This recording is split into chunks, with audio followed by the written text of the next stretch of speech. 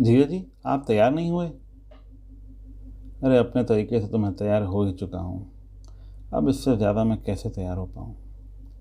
गलती इसकी भी नहीं है। ये मेरे ससुराल में मेरी शादी के बाद तीसरी शादी है और ले देकर मैं यही पुराना कोट पैंट आज तीसरी दफ़ा पहन रहा हूँ। साले साहब तो नए सूट बूट में ये कहकर चल दिए, पर मैं थोड़ा सोच में पड़ गया। मुझसे छोटे वाले दामाद भी पैसे वाले हैं। उनके पहनावे की तो बात ही कुछ और है। एक झलक देखा उनको, अभी किसी राजकुमार की तरह लग रहे हैं। मैं आईने के पास खड़ा खुद को देख रहा हूँ। इससे अच्छा मुझे आना ही नहीं चाहिए था। स्नेह और बच्चों को ही भेज देता सिर्फ। आखिर मैंने तैयारी भी सिर्फ उन्हीं का किया था। बच्चों के कपड़े और स्नेह की साड़ियाँ ही इतनी महंगी हो गई कि खुद के लिए बजट ही नहीं जम पाया। तभी फिर से साले साहब आ गए। जिया जी, मैं बच्चों को लेकर निकलता हूँ। छोटे वाले जिया जी अपनी गाड़ी से मम्मी पापा को लेकर निकल गए हैं। आप भी जल्दी कीजिए, बाकी लोग रेडी हैं। आप सबको लेकर मैरिज हॉल पहुंचिए। ये स्नेह दी नज़र नहीं आ रही।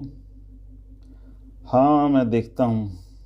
स्नेह भी न जाने मायके आ जाने के बाद खुद में ही बिजी रहती है।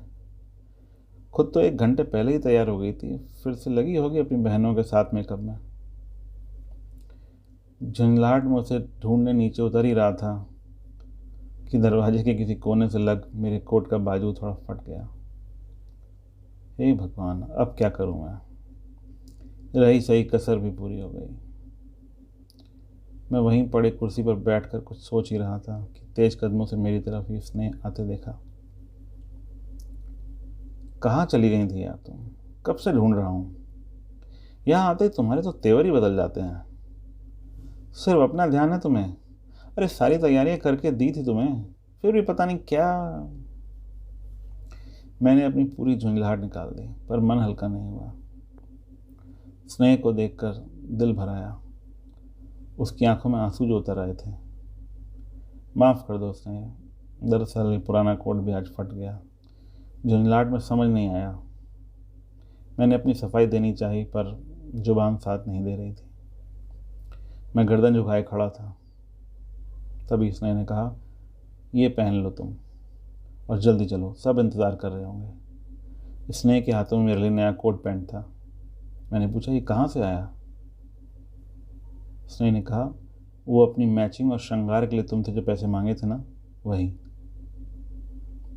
तो तुम्हारी मैचिंग पार्लर और श्रृंगार?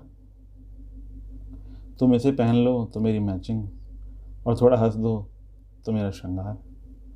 उसने इतनी मासूमियत से कहा कि ना मेरी हंसी रुक रही थी और ना ही आंसू। ये पत्नियां भी ना जाने किस मिट्टी की बनी होती हैं। बिना जताए पूरे परिवार का अपने से ज़्यादा ख्याल रखती हैं। बिना गलती के ना जाने कितना कुछ हंसते हंसते ही सह जाती हैं।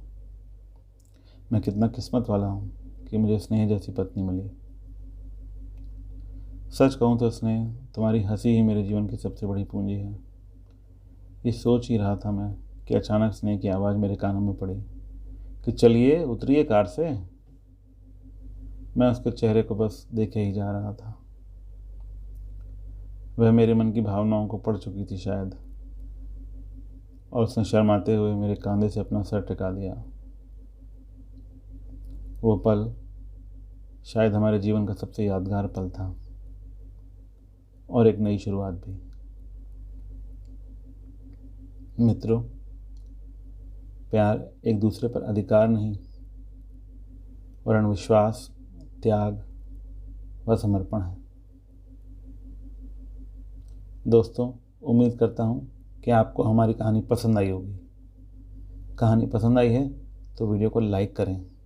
चैनल पर नए हैं तो चैनल को सब्सक्राइब करें, और हाँ, नोटिफिकेशन बेल को ज़रूर दबाएं ताकि अगली अपडेट सबसे पहले आपको मिले।